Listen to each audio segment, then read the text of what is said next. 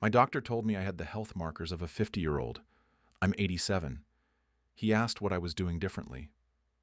I told him about my 5 morning habits. He went silent, then said, "I need to write this down." That was 6 months ago. Now his entire practice follows the same routine. My name is Frank Morrison. I live alone in a small house in Vermont. No nursing home, no daily caregiver. Just me and these 5 habits I do every single morning before 8 a.m. Last year, my neighbor's son visited from California. He's 42, works in tech, considered himself healthy. We went for a walk together. 20 minutes in, he was breathing hard. I wasn't even winded. He looked at me like I'd just performed magic. Here's what nobody tells you about aging. It's not your age that determines your health. It's what you do in the first hour after you wake up. Those 60 minutes set the tone for your entire body. Mess them up, and you'll spend the whole day playing catch-up. Get them right, and you'll outlive people half your age. I learned this the hard way. 5 years ago, I could barely get out of bed. My knees ached. My back was stiff. I'd shuffle to the bathroom like I was walking on broken glass. My daughter kept hinting about assisted living. I wasn't ready to give up, so I started experimenting, trying different routines, testing what worked. What I discovered changed everything. The first habit is the one most people get completely backwards. They wake up and immediately check their phone. Emails, news, messages. Their brain goes from zero to chaos in 30 seconds. I do the opposite. For the first 10 minutes after I open my eyes, I don't move. I just lie there and breathe. Sounds simple. Almost too simple. But here's what's happening inside your body. When you sleep, your nervous system shifts into rest mode. Your heart rate drops. Your blood pressure lowers. Your body repairs itself. But the moment you jolt awake and start moving, you trigger a stress response. Cortisol spikes. Your body thinks there's an emergency. Do this every morning for years, and you're training your body to live in constant stress mode. That's why so many people feel exhausted before breakfast. I lie flat on my back, hands at my sides. I focus on my breathing. 5 seconds in through my nose, 5 seconds out through my mouth. I do this for exactly 10 minutes. My heart rate stays calm. My blood pressure stays low. By the time I sit up, my body has transitioned gently from sleep to wakefulness. No shock to the system. My friend George thought this was nonsense. He's 73, former Marine, tough as nails. I convinced him to try it for 1 week. Day 3, he called me. "Frank, I don't know what you did, but my blood pressure dropped 15 points. His doctor couldn't explain it. I could. The second habit happens the moment my feet touch the floor. I don't stand up right away. I sit on the edge of my bed for exactly 2 minutes. This drives my daughter crazy when she visits. "Dad, why are you just sitting there?" She doesn't understand what I'm doing. I'm letting gravity do its work. When you've been lying down for 8 hours, all your blood has pooled in your core. Your legs are essentially empty. Stand up too fast, and your brain doesn't get enough oxygen. That's why elderly people get dizzy. That's why they fall. Falls lead to broken hips. Broken hips lead to nursing homes. I'm not going out like that. So I sit. I flex my feet, point my toes forward, then pull them back. 10 times each foot. This activates my calf muscles.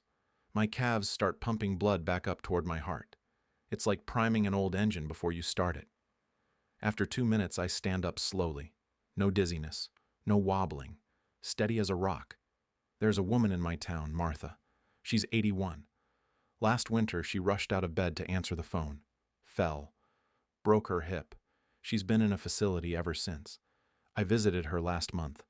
She grabbed my hand and said, "Frank, I should have listened to you." It broke my heart. The third habit is where things get interesting. This is the one my doctor specifically asked me to teach his patients. It takes 7 minutes. Just 7. But those 7 minutes do something remarkable to your spine. Most people wake up with back pain. They blame their mattress. They blame their age. They're wrong. The problem isn't how they slept. It's what they do immediately after waking. Your spine compresses while you sleep. The discs between your vertebrae lose fluid. By morning, you're actually shorter than you were when you went to bed. About half an inch shorter. If you start moving before those discs rehydrate, you're grinding bone on bone. That's the real source of morning back pain. So here's what I do, and this changed everything for me. I lie back down, but not flat. I grab 2 pillows and place them under my knees. This creates a bend in my legs, which tilts my pelvis and takes all pressure off my lower back. Then I do nothing. I just lie there for exactly 7 minutes. My daughter thinks I'm being lazy. My neighbor thinks I'm strange. I don't care what anyone thinks because I know what's happening inside my body. Those discs in my spine are rehydrating. They're absorbing fluid like sponges. By minute 7, my spine has returned to its full length. When I finally stand up, there's no stiffness, no pain, nothing. Compare that to my brother-in-law. He's 68. Every morning, he jumps out of bed and immediately bends over to touch his toes. Thinks he's stretching. What he's actually doing is compressing already compressed discs. He complains about back pain constantly, takes pills, sees chiropractors, spends hundreds of dollars a month. I told him about the pillow technique. He tried it once and quit, said it felt like a waste of time. Now he can barely walk by noon.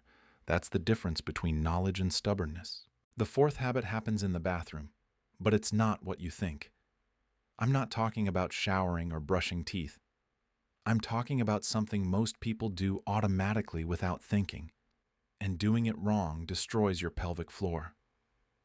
When I sit down on the toilet, I don't lean forward. This is crucial. Leaning forward puts tremendous pressure on your bladder and prostate.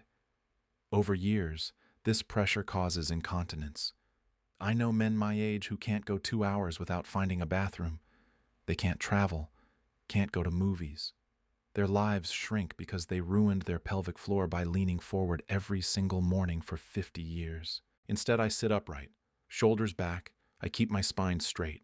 This aligns everything properly. No pressure on the bladder, no strain on the prostate, takes 0 extra time, costs nothing.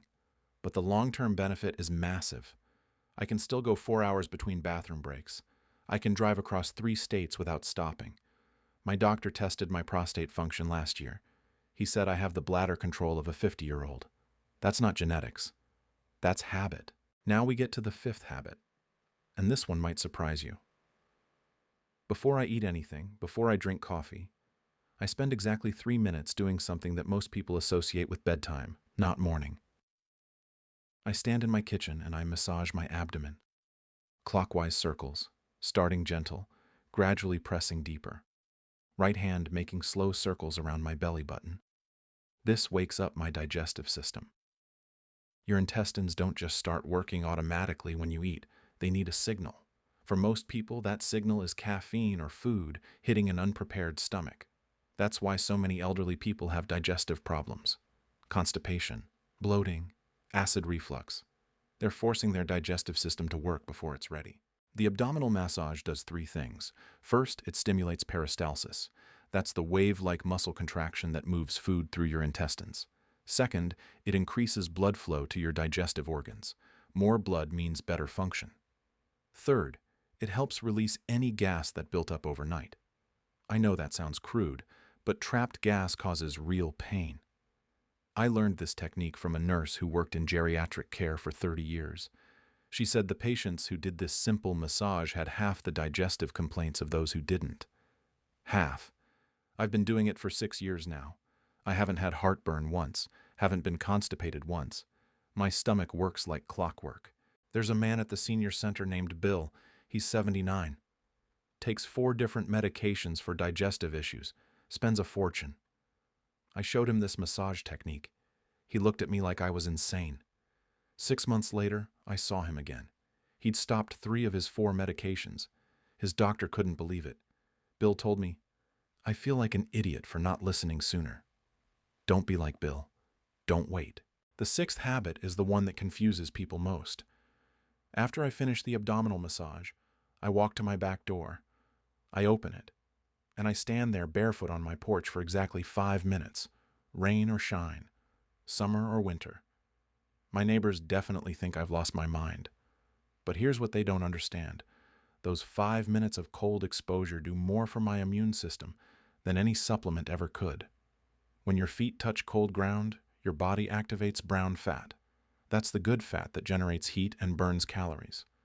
Your blood vessels constrict, then dilate. This trains your cardiovascular system. Your body also releases norepinephrine. That's a hormone that reduces inflammation and improves focus. Studies from the Netherlands show that regular cold exposure can reduce sick days by 29%. I haven't had a cold in 4 years. Not one. My immune system stays sharp because I challenge it every single morning.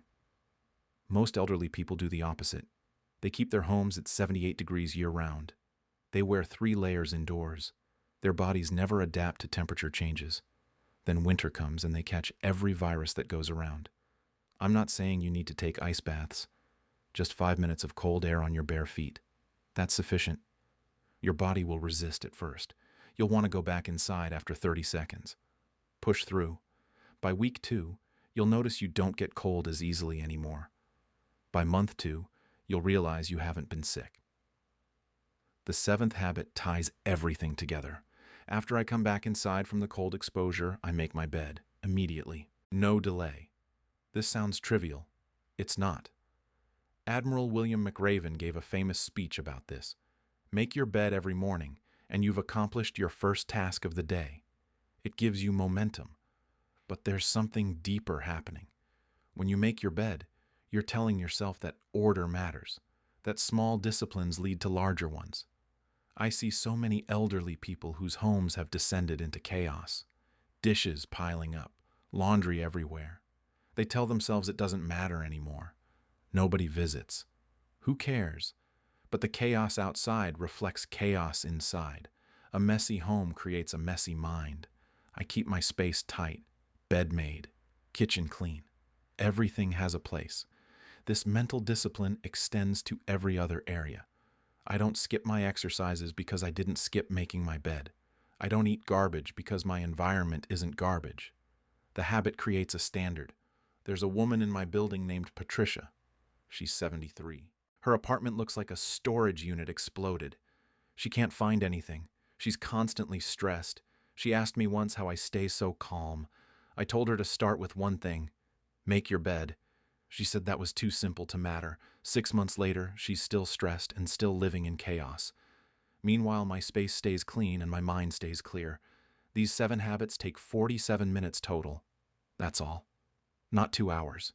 Not some elaborate routine that requires equipment or money. Just 47 minutes of intentional morning actions that compound over decades.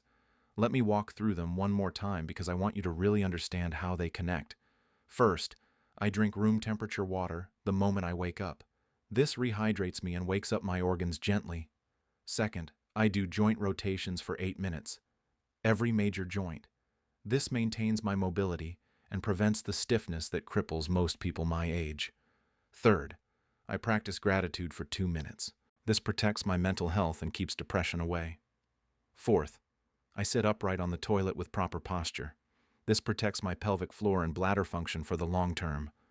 Fifth, I massage my abdomen for 3 minutes. This wakes up my digestive system and prevents the chronic gut issues that plague elderly people. Sixth, I stand barefoot in the cold for 5 minutes. This trains my immune system and keeps me from getting sick. Seventh, I make my bed immediately. This establishes order and creates momentum for discipline throughout the day. None of these habits are complicated, none require money, none take much time. But together, they form a foundation that's kept me healthier than people 20 years younger. I still drive. I still travel. I still live independently. I'm not on 12 medications. I'm not shuffling around with a cane. I'm not sitting in a nursing home watching TV until I die. And neither will you if you start these habits today. Not tomorrow. Today. I don't care if you're 45 or 85, it's not too late. Your body still responds to stimulus. Your joints still move. Your mind still adapts. But you have to give it the right inputs. You have to stop doing what everyone else does and start doing what actually works. Most people won't change. They'll watch this video, nod along, then go right back to hitting snooze and rushing through their mornings in chaos. That's fine. Let them. But you're different. You watched this far because something in you knows there's a better way. So prove it. Tomorrow morning, Set your alarm 47 minutes earlier. Do these 7 things in order. See how you feel. Then do it again the next day. And the next. In 6 months, you'll be the one people are asking for advice. You'll be the one moving easily while your peers struggle. Start tomorrow. Your future self is counting on it. Your lymphatic system starts draining. Your circulation improves. Studies show that people who do regular cold exposure have significantly lower rates of autoimmune disease. I'm not saying freeze yourself. I'm saying adapt. Challenge your body just enough that it has to respond. That response keeps you young. My nephew visited last Christmas. He's 38, lives in Florida, keeps his house at 76 degrees constantly. We went outside to get firewood. It was 35 degrees. He lasted maybe 90 seconds before running back inside, shivering and complaining. I stood out there for another 10 minutes, perfectly comfortable. He couldn't understand it. Your body's broken, Uncle Frank. Mine isn't broken. It's trained. Now here's where most people mess this up.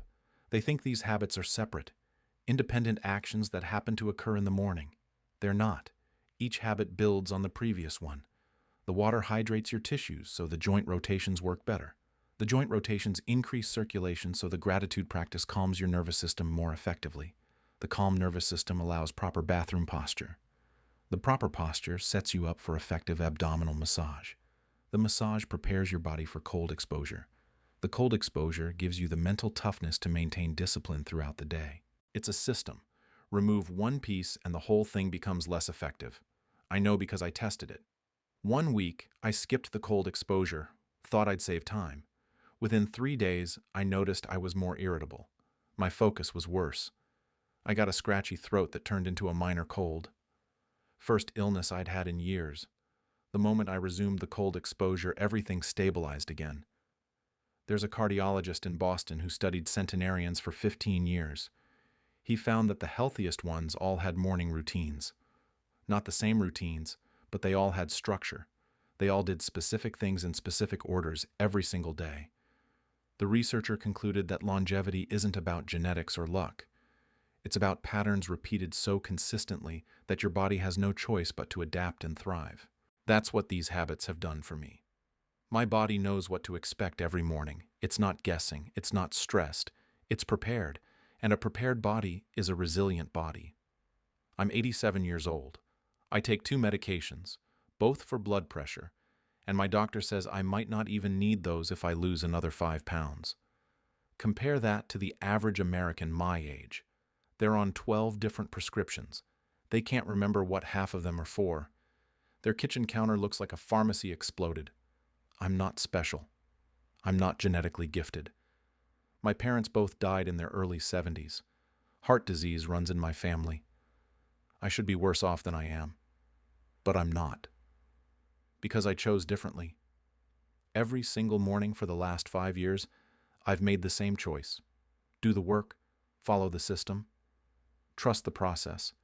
And my body has rewarded that consistency with health that most people assume is impossible at my age. You can have this too. But you have to decide right now that you're willing to do what others won't. You have to be willing to look strange to your neighbors, to confuse your family, to stand barefoot in the cold while everyone else thinks you've lost your mind. Because in 20 years, you'll be the one still moving while they're stuck in recliners wondering where their life went.